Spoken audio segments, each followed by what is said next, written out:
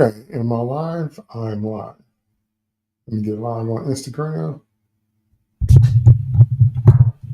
and I'll let my peeps know that I'm here.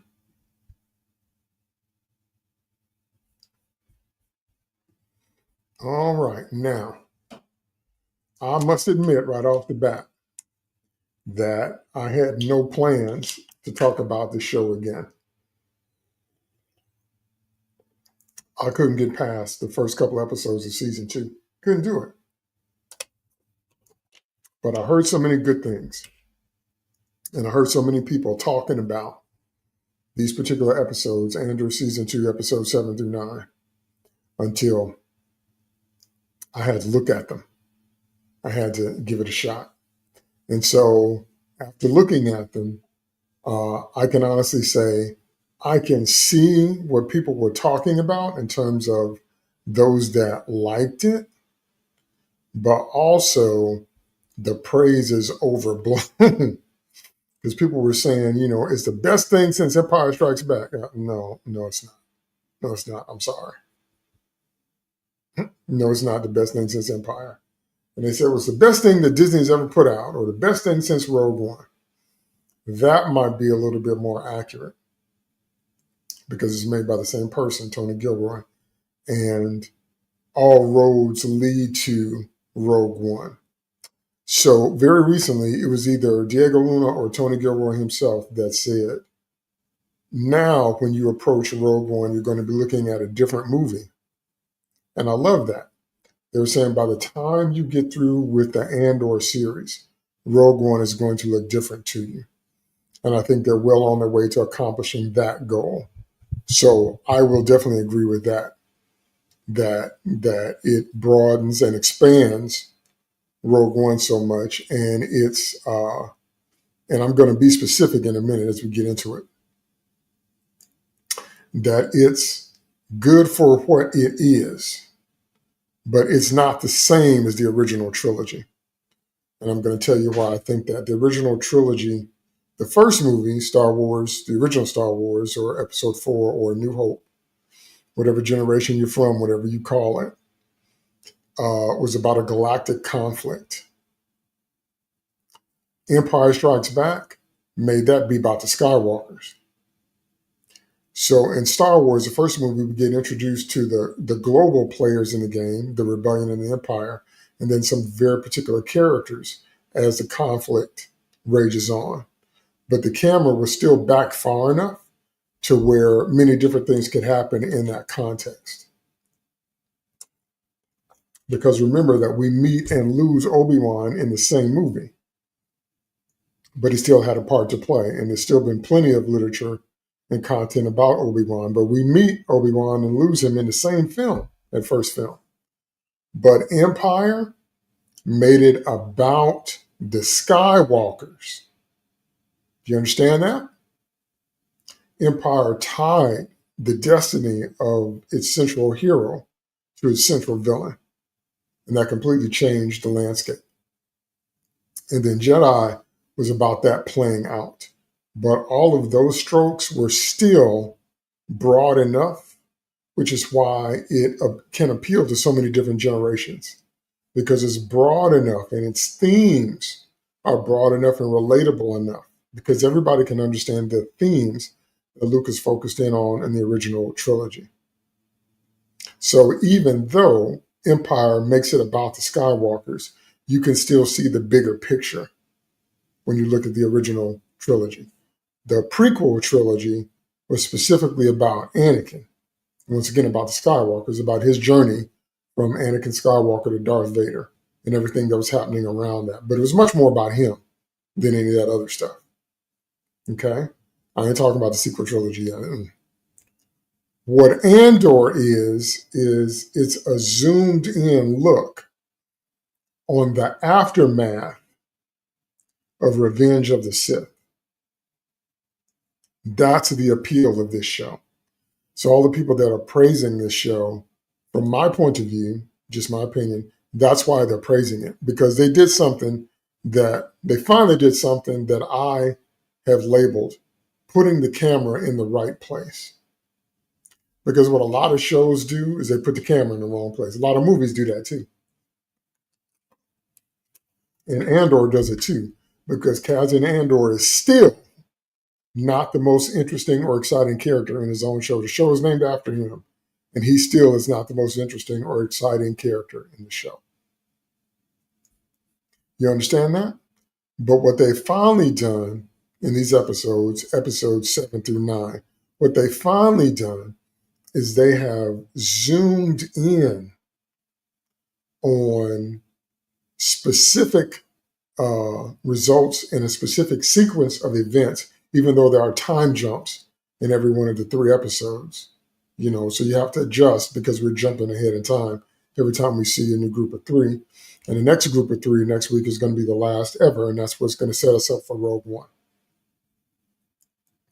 But what they did in episode 7 through 9 was they zoomed in specifically on what the aftermath of Revenge of the Sith was like. And they've done it so far without Vader, which is also very interesting because the whole key to Rogue One was the Vader scenes. Because when we first encounter Rogue One, what everybody talks about and what everybody remembers from that movie is not Krennic and not all the rebels.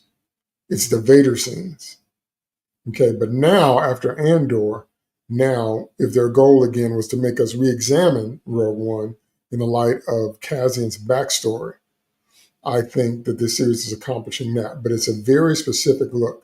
But the thing about it is, especially in episode 9, the thing about it is that the show finally gives us the look that we want. That's why I think people are praising it, because that was not the reaction when Andor first came out. When Andor first came out, we knew then that Cassian was a born character. He was running around doing a whole bunch of stuff, and his mother was more exciting than he was, quite literally. And Andor has always been about the empire begins and the rebellion begins. Okay? But this time, we got to see the turning point, the breaking point.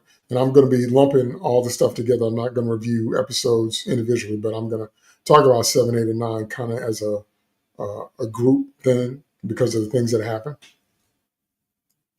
So the strength of these episodes is that we finally get to see the breaking point. We finally get to see the turning point. We finally get to see where the rebellion was officially declared, because it's officially declared. We finally get to see the point of no return decision in the Imperial Senate,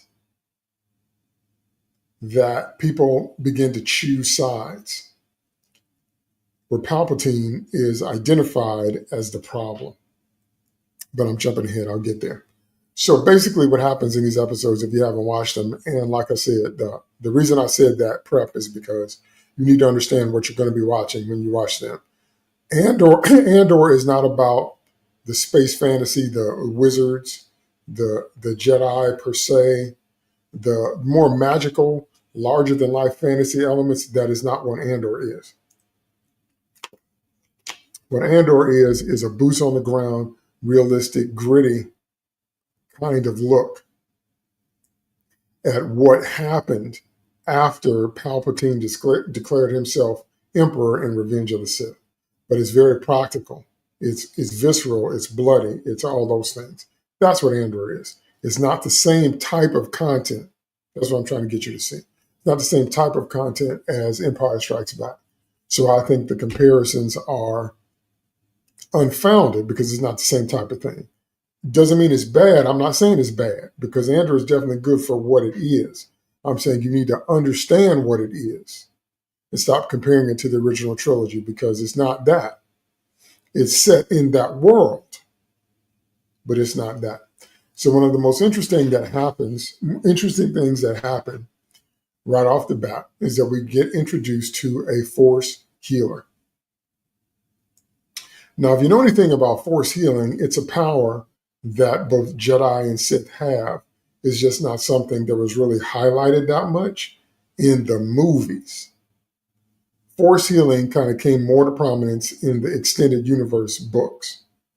That's when we got to see, because Luke several times put himself in a Jedi healing trance to heal himself from his wounds. And there were people similar to the character we met here that didn't do anything but force heal. The character that we meet here is force sensitive, but she's not a Jedi. So she's force sensitive and she knows how to use the force to heal. And she's doing that, but she senses Andor and Bix before they even go over there to her, displaying again her force sensitivity. And then she prophesies over Cassian in terms of his destiny and his place in the scheme of things. Okay? That might have been a little heavy-handed. And also the relationship between Andor and Bix, as far as I'm concerned, that conclusion has been telegraphed from the beginning. But I'm jumping ahead. I'll get there. So we see the force healer and we hear her mystic prophetical words about Cassian, and we see the effect that has on Bix. I don't know if they're toying with the idea of Bix being force sensitive. I don't think that's it, but she's definitely more empathetic. She's definitely more, one of the most common phrases about Jedi and Sith is search your feelings. Bix is someone that lives by that credo, search your feelings. So I don't know if that's a tip to her being force sensitive or not, but that's definitely the core of why she does what she does. She searches her feelings, okay? And that's the main part of her arc through these 3 episodes, is Bix searching her feelings. So Cassian has been given a sniper assignment, an assassination assignment, to get rid of Dedra, or Dedra, however you say her name, the Imperial commander that's stationed on the facility that they have on, why do I keep forgetting the name? On Gorman. I keep wanting to say Gondor. I don't know why I want to say Gondor, but anyway, the Gormans and the Gorman planet and the Gorman people. And so Dedra is situated there, and she's overseeing what they're doing. Now, all of the different thread elements that we've seen in first season of Andor and so far in Andor, they all come together in these 3 episodes. That's another reason people are praising it so, because finally we get some payoff. Andor has been a season and a half of setup. One more time. Andor has been a season and a half of setup. These 3 episodes finally give us some payoff. So Cassian has that assignment. And Cassian has kind of been a freelance jack of all trades. When they need him to be a pilot, he's a pilot. When they need him to fight, they need him to fight. Okay? But the one thing that I didn't get, and you all can help me out in the comments, one thing I didn't get was how they were trying to establish Cassian's character. Now, the part about him saying, or him being resistant to any type of established authority, and him wanting to make his own rules, and him not wanting anybody to tell him what to do, I understand that part. I understand that. I'm like that myself. Making your own rules, I understand that part of him. But it also seems that Cassian struggles with shifting loyalties. It seems very much like he's not necessarily loyal to any particular cause. So I would label Cassian more as a survivalist. He kind of does what he has to do to survive, just depending on what that is at the time. If that's how they're trying to establish his character, then I can kind of see that. But during the course of the shows, he says that he's out. He says that he's done. He says that after this last mission, after watching the slaughter on Gorman, he doesn't want to do it anymore. And he wants to go somewhere quiet with Bix and settle down and just live his life, that he's tired of it. So I kind of felt like those 2 motivations were a bit in conflict. So were you doing it for the money? Were you doing it for the cause? Were you doing it just to be rebellious? Were you doing it for revenge because of what happened on Ferrex? That is still not crystal clear to me, and I could just be missing it. And then he says, no, he just wants a quiet life.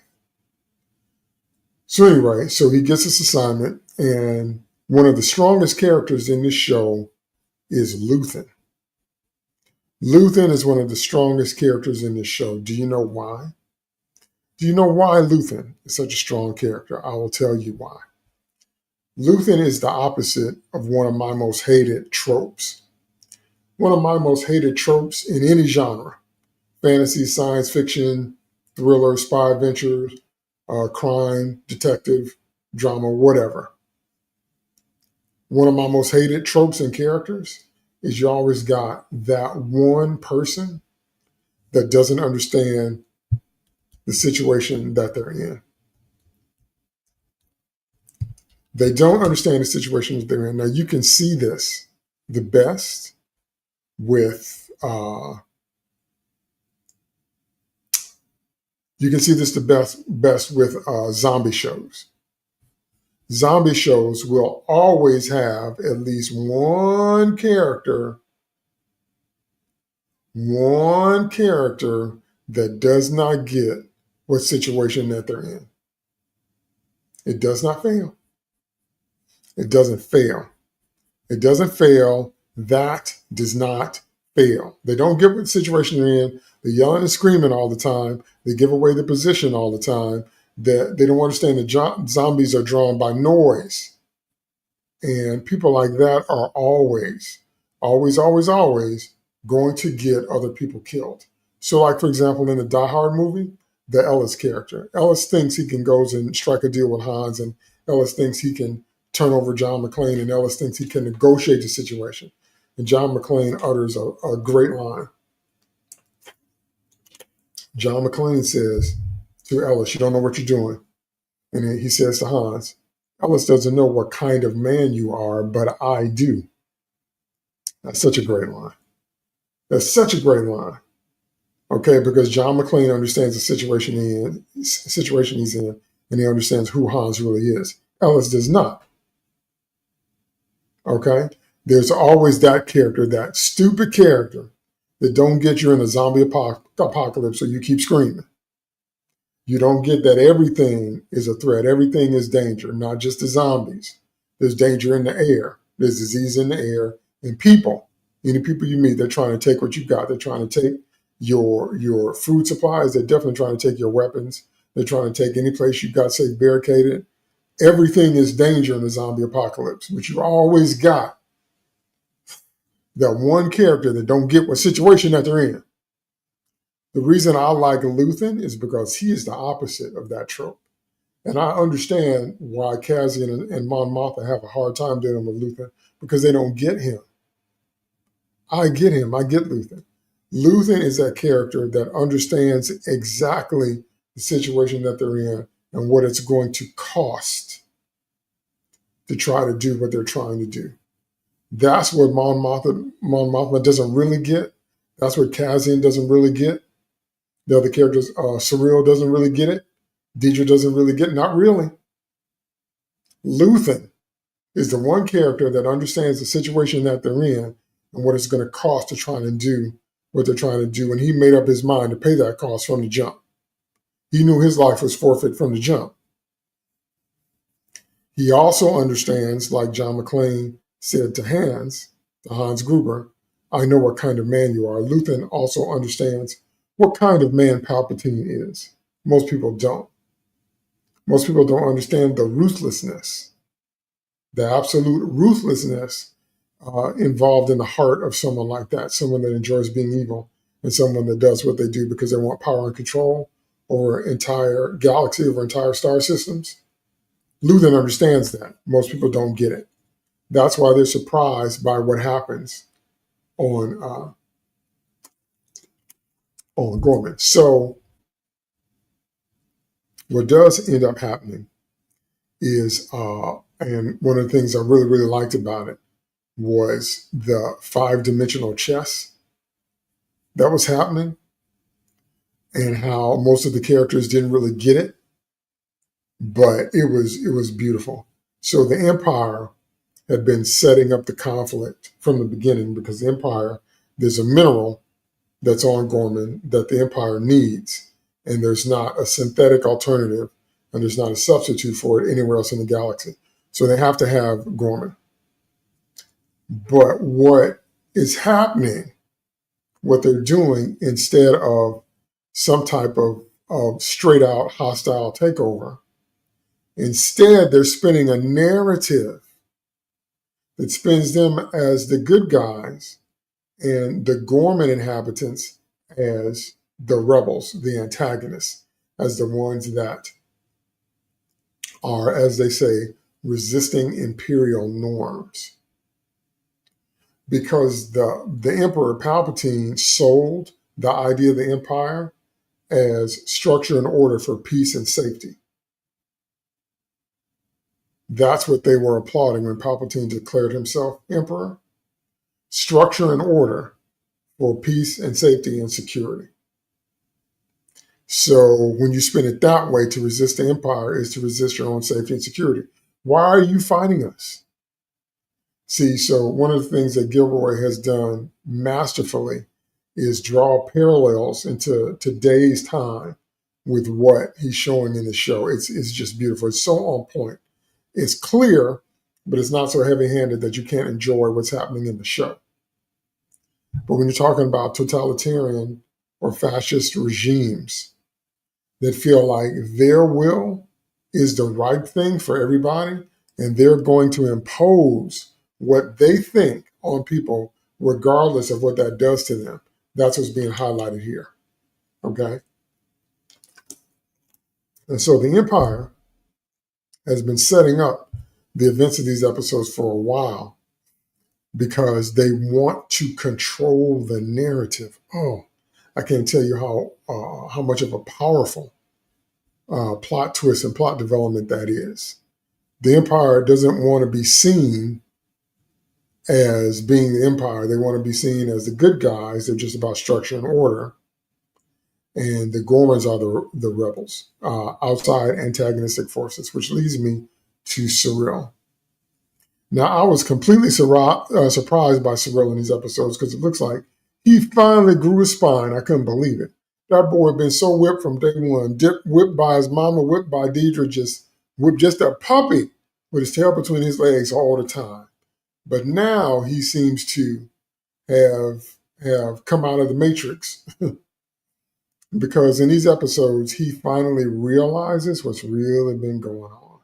He went from being manipulated by his mom to being manipulated by his woman because he thought he believed in structure and order. He believed in the Empire's propagandistic claims and thought he was just there to find outside agitators because it had to be coming from the outside. In his mind, it had to be coming from the outside because the Empire knows what they're doing and we need to get with that program. Then he realizes in a moment of time that Deidre's been manipulating him this whole time. And lo and behold, he grabs her and chokes her out. Good gravy from the nape. I didn't know he had it in him. He grabs Deidre and said, no more games, no more double talk. You will tell me right now. He's choking her. He's like, I'll choke the life. I'll snatch the air right out your lungs. I'll snatch your life right out of you. I was like, wow. And that's because of his anger and his realization of what's really been going on. He's been out there chasing ghosts.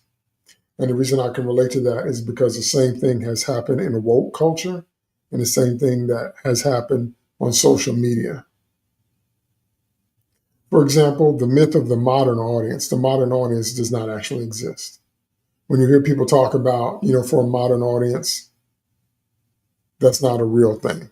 If that's a real thing, it's maybe less than 5% of audience members. Where we have to replace all the male characters with female characters. We have to do all the gender swapping. We have to do all the race swapping because too many white people, where the men always have to be emasculated, humiliated, and they're dopes and they're incompetent. And the women have to put them down, belittle them, and save them.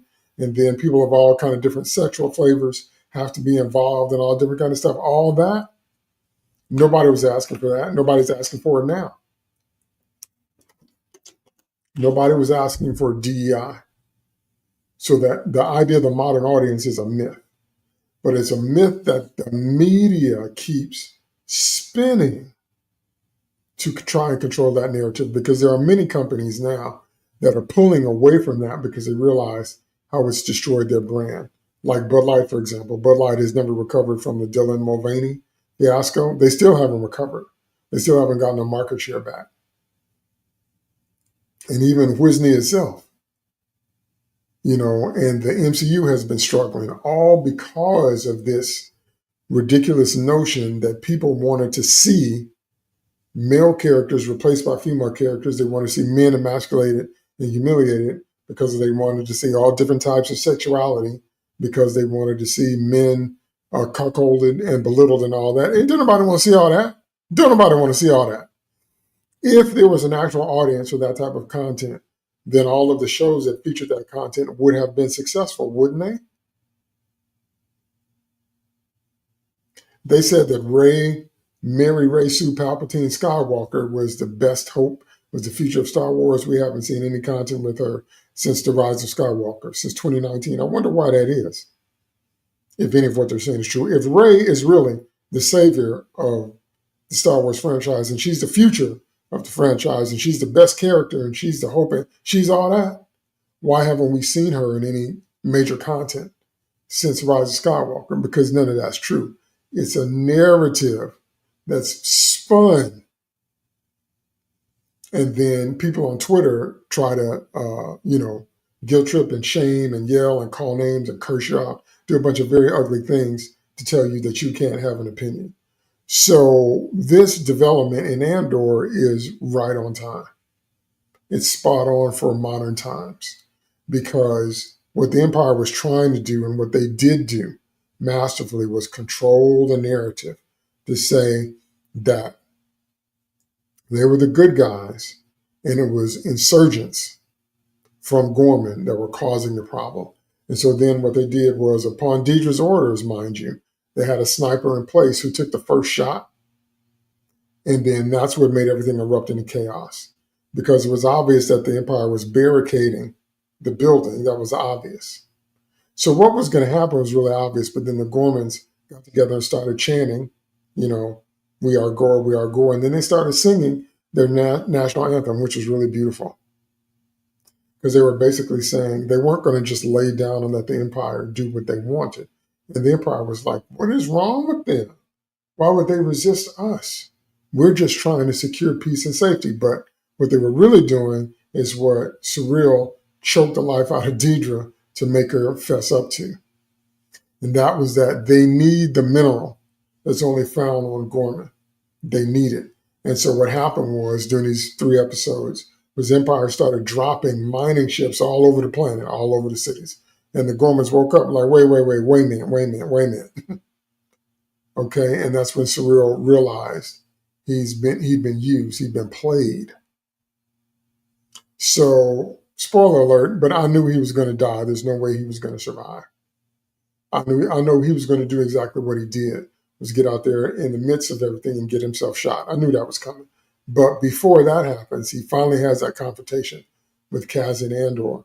And Andor looks at him and says, who are you? Doesn't even know who he is. Okay, because Kaz captured him before but didn't kill him. And so they've kind of been circling each other this whole time. So now they're finally back in the same space. And all of Surreal's pent-up anger and rage comes flying out. And they have this very brutal brawl. It was really, really well done, to the point where I'm pretty sure the actors probably got hurt while they were filming it, because it was really realistic, really, really well done. And you could feel Surreal's rage. He channeled all the rage he's been bottling up, probably his whole life, but definitely since we meet him in the Andor series. The rage he's been bottling up by realizing he's just a pawn in somebody else's game. And so he lets it out in that fight with Cassie. It was something else. But in the end, he gets saved because he takes a shot to the head. Now, let me say here, this was the first time that I saw the stormtroopers and took them seriously. because up until this point, the stormtroopers have kind of been clowns. This was the first context where I saw stormtroopers and they really looked imposing, except for this one thing right here. Their armor still can't stop blaster fire, which is the stupidest thing I ever heard of in my life. Why would you wear armor if your armor can't stop blasters? Do you understand how that doesn't make any sense? It makes absolutely no sense that if you don't have any armor on and you take blaster fire, take a shot to the head or a shot to the chest, you are over. If you have on armor like a stormtrooper and you take that same shot, you're still over. You're still down with one shot. And what seals the deal with that was one of the scariest things that they did, and they unleashed the KX units. The KX units were terrifying.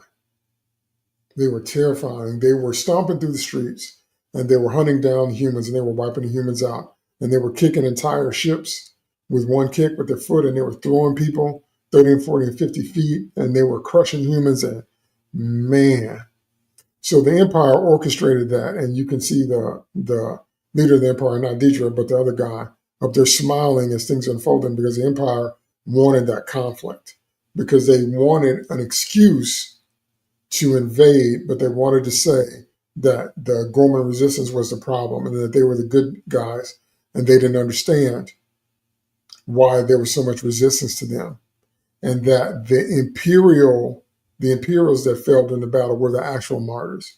It was brilliant five-dimensional chess. I was like, wow. And so on point for the way things are in the real world.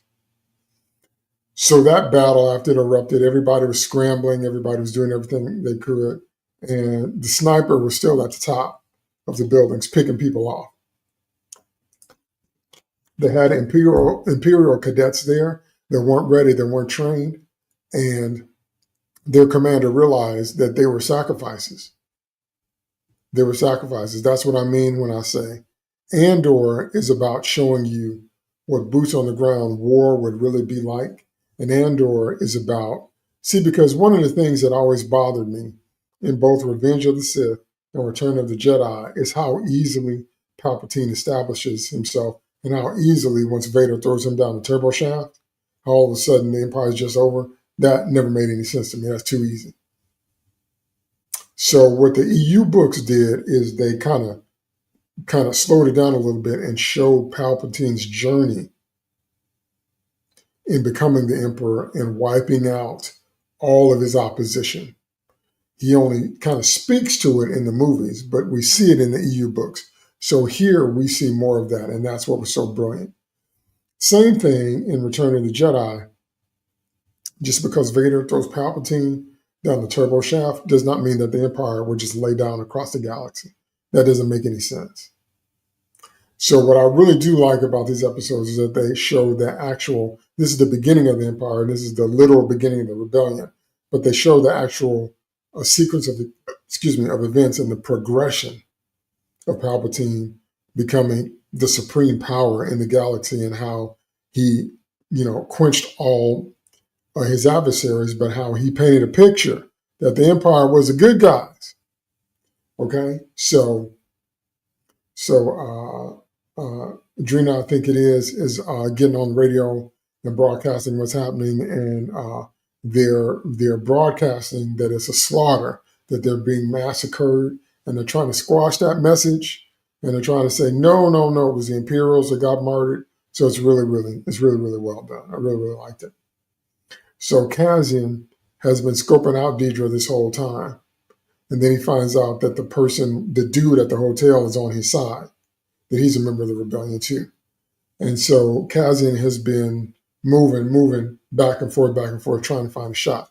Because when Deidre appears, it's only for a few moments, and then she goes back inside. She's never out there for a long period of time. So Cassian finally gets a shot, and that's when Cyril attacks him.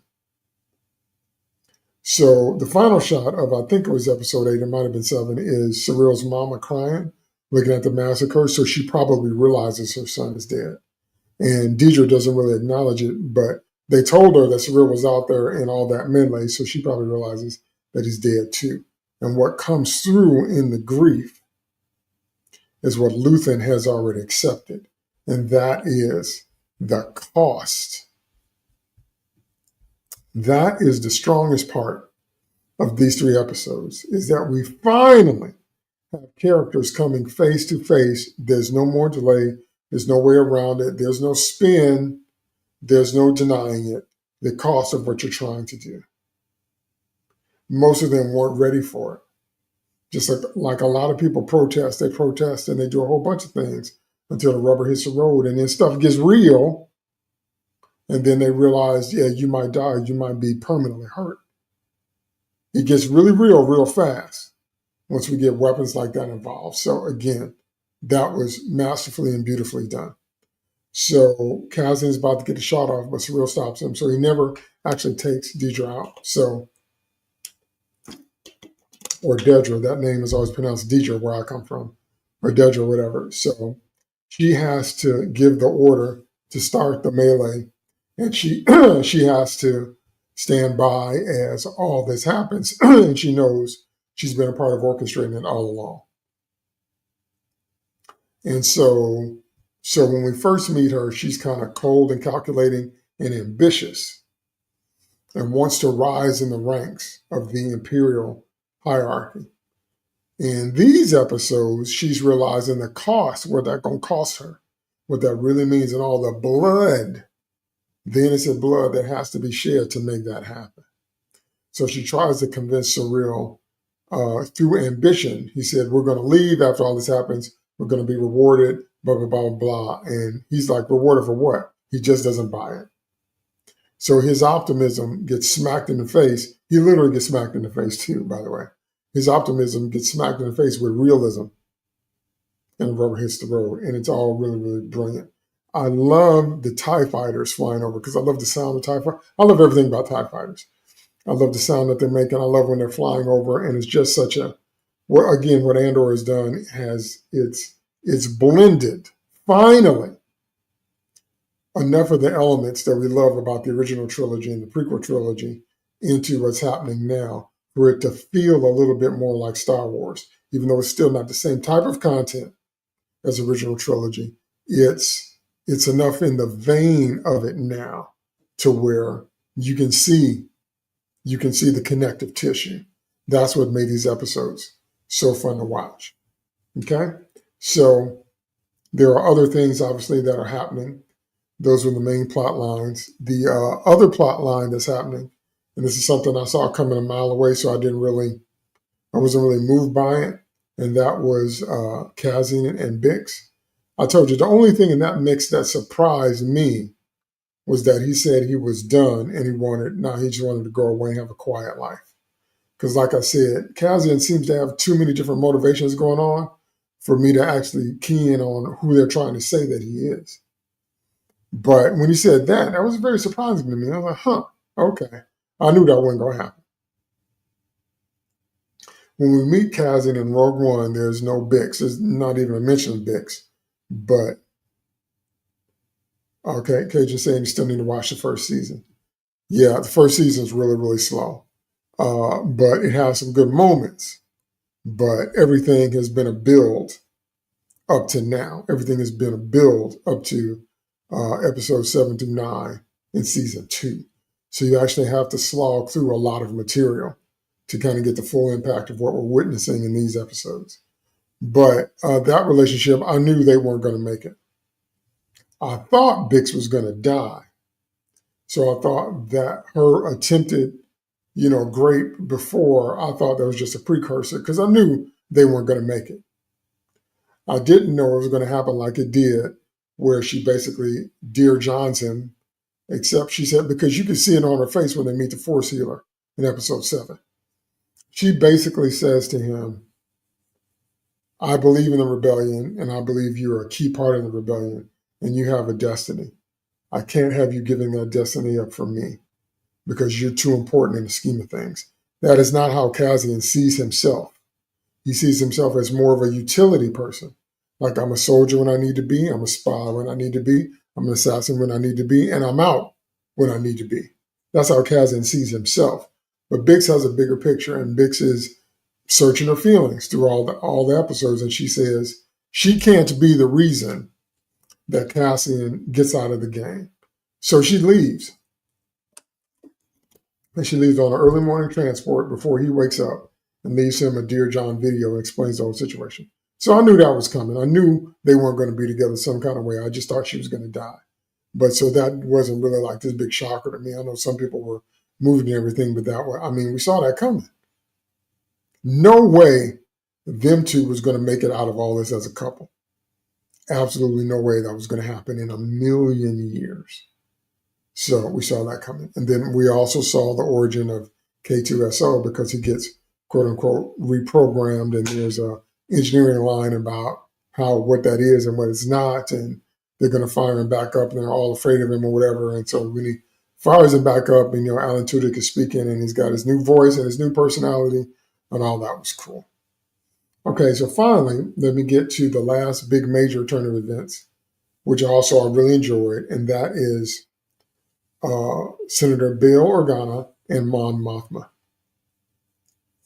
One of the things that Mon Mothma finds out during these episodes is that Luthen, that her right-hand man, has been working for Luthen, Erskine, all this time. And Mon didn't know that.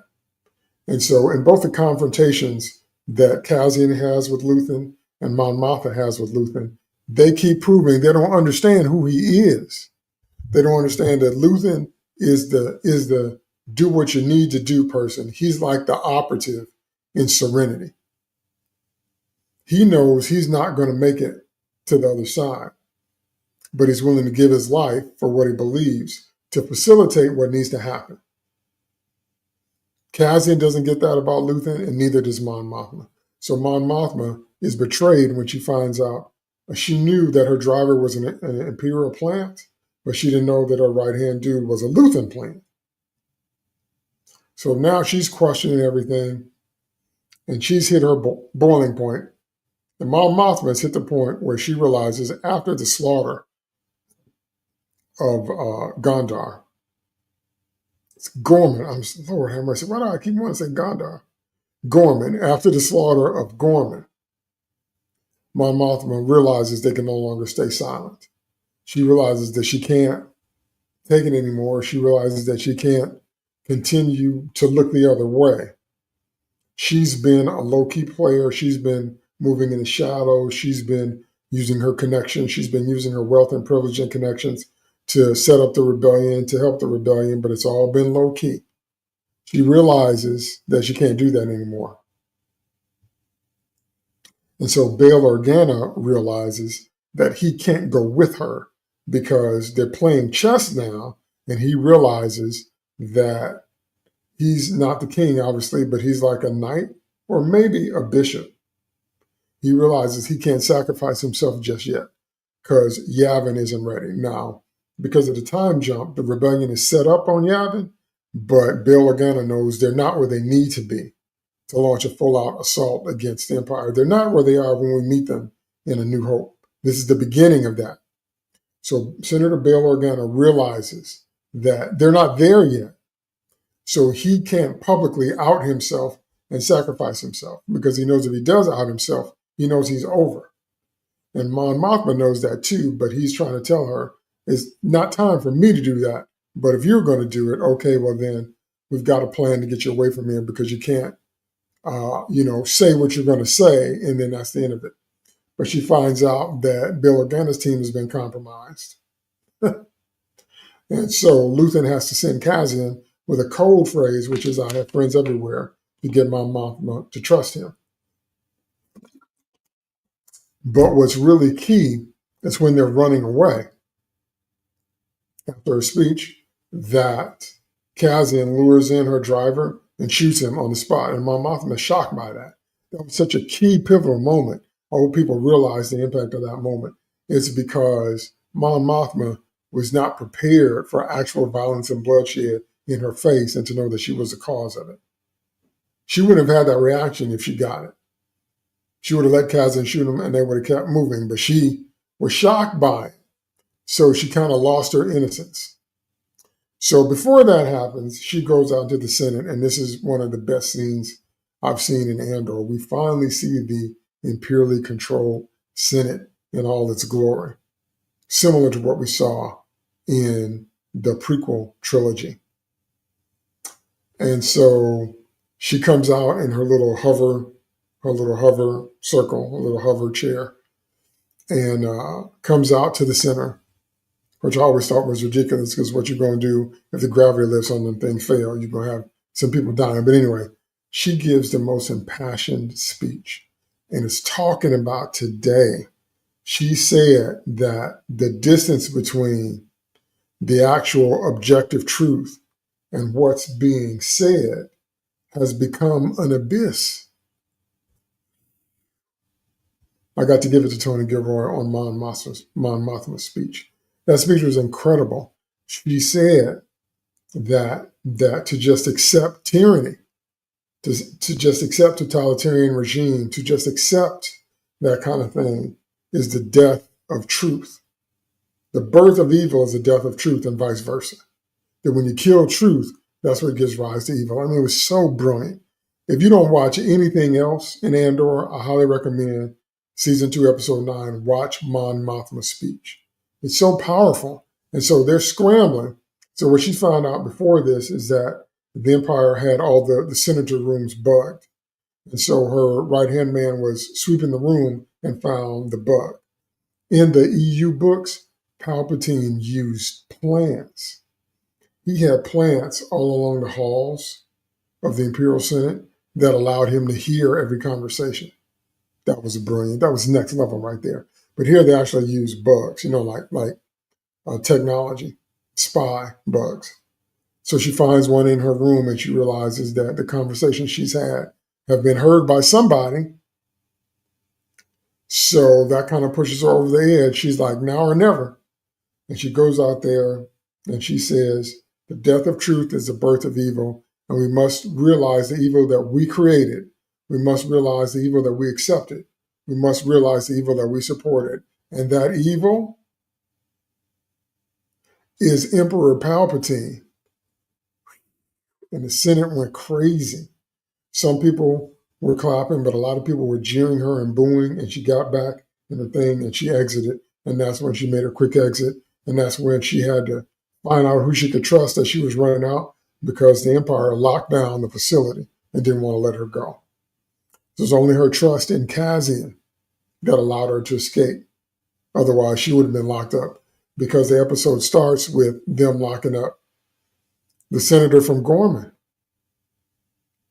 See, the Empire is shutting down any dissenting voice, any voice that's going against what Palpatine is saying and doing. So they arrested the senator from Gorman earlier in these episodes, and Mon Mothma and Bail Organa was right there when it happened. And that senator said, you're next. You're next. Today, me. Next is going to be you.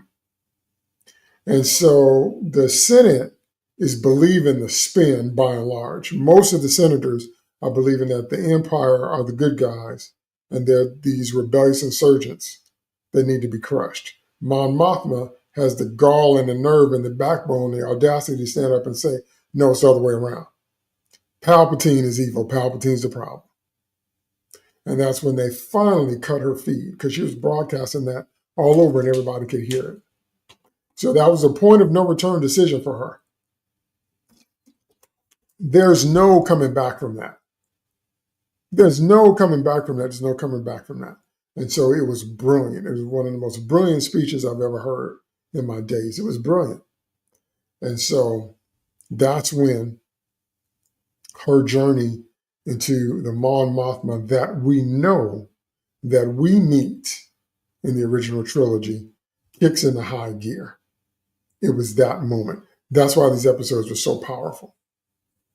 Because it gave us finally, instead of a season and a half of setup, it gave us definitive moments that triggers all the events that lead up to Rogue One and then A New Hope.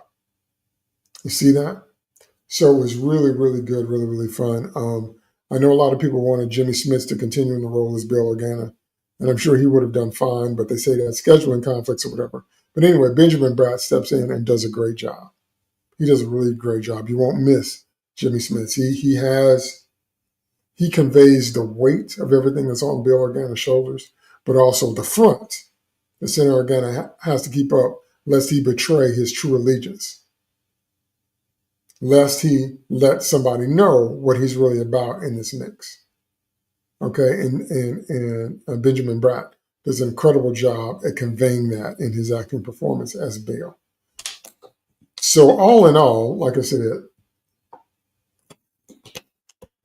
I really do understand why people were praising these episodes, because they are really good, but it still took a season and a half of build-up to get here, and they're still not the same type of content as the original trilogy. So better than Empire Strikes Back? No. The best thing that Disney's ever done? Maybe. Maybe I can make an argument for accepting that. Maybe. So in the light of their goal being setting up Rogue One to look like a different movie, like I said, they're accomplishing that. So maybe we can legitimately give it the best thing that Disney Star Wars has done. Maybe we can say that. Maybe. Okay, but it's not better than the original trilogy, so just forget all that noise. So that's pretty much what I have to say. I want you to leave me some comments below. Let me know what you thought about these episodes. Now, I know that the tagline for Andor is the best Disney Plus show that nobody's watching. And I get why. It took too long to get to this point, but more than anything else, the goodwill of Star Wars fans has been crushed and stepped on and obliterated so many times. They've lost the fan base, and the major fan base isn't coming back. The only reason I watch these episodes is because I saw so much raving about them from a bunch of different people that I listened to, and they were talking about how fantastic this was. So it is fantastic relative to what Andor has given us before, not relative to the original trilogy. But relative to what we've seen, it really is great because it finally puts the camera in the right place and shows us how Palpatine was using the media and controlling a narrative to take over and to quench any dissenting voices, and why the people in the rebellion believed in it so strongly, because like Mon Mothma and Bix, they understood that we can't just lay down. We can't just let this happen. It'll be the end of everything. Okay? So it does a really good job at that. So I do recommend them. I do recommend that you check them out. But if you're not watching, I do understand. Because just like the MCU, there's not a lot of goodwill left.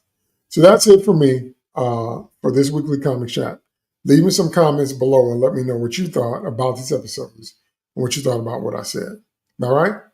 I will see you next week at the same time, 10 a.m. Central Standard Time, for my next weekly live comics chat. DT2 Comics Chat.